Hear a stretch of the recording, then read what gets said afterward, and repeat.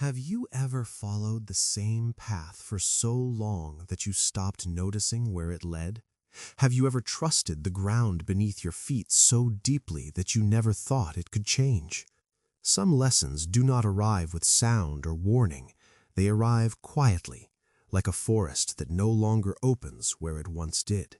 Before we get into it, remember to like and subscribe. It really helps the channel.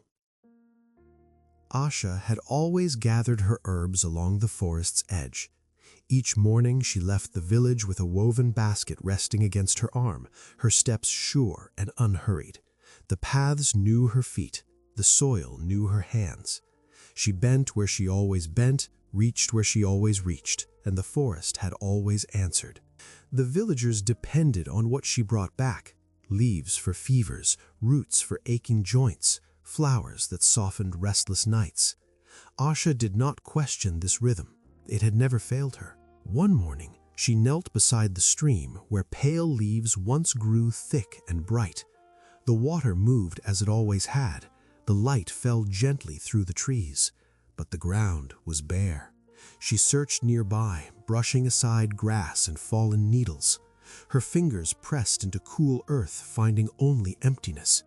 She moved to another familiar place, then another, her basket growing lighter with every step. When she returned to the village that day, her basket held almost nothing. No one spoke, but eyes followed her hands. Asha said little. She told herself the forest would return what it had taken. The next day and the next, she walked farther. She rose before the sun and stayed until the shadows stretched long and thin. Birds watched her from higher branches now. Small animals slipped away before she came close. Still, Asha followed the same routes. She believed that if she walked long enough, the forest would remember her. At the edge of her path stood an old fallen tree, split and hollowed by years of rain. She had always passed it by. Beyond it lay uneven ground and thicker growth, a place without clear footing. That morning, she stopped.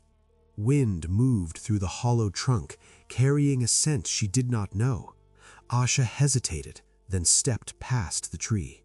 The ground beyond was rough, roots twisted beneath her feet, thorns caught at her skirt.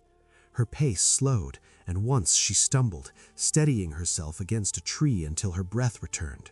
Here, the forest felt different, closer, untamed. Plants grew in unfamiliar shapes and colors, their leaves darker, their stems stronger. Asha knelt but did not gather. These were not the herbs she trusted. She returned with an empty basket again. That night, she laid out her remaining herbs by the firelight. Where there had once been neat rows, there were gaps. She left them untouched. The next morning, she chose another unfamiliar way. She crossed a shallow stream she had always avoided, its stones slick beneath her feet. Cold water soaked the hem of her skirt as she balanced her way across. On the far side, sunlight fell on a quiet slope rich with green. Insects moved freely, birds perched nearby. Asha knelt and studied the plants carefully, testing the scent between her fingers, watching how they bent in the breeze. She gathered only a few. Days passed, marked by changing paths. Some days her basket held little. Some days what she gathered dried poorly or broke apart in her hands. But she returned again and again, walking farther, crossing ridges, following trails she had never noticed before. Her movements changed, slower, more deliberate. She no longer reached without looking. One afternoon she stepped into a quiet clearing she had never seen. The air was still. Light rested gently on a cluster of plants unlike any she had known. Asha did not move at first. She simply stood and breathed.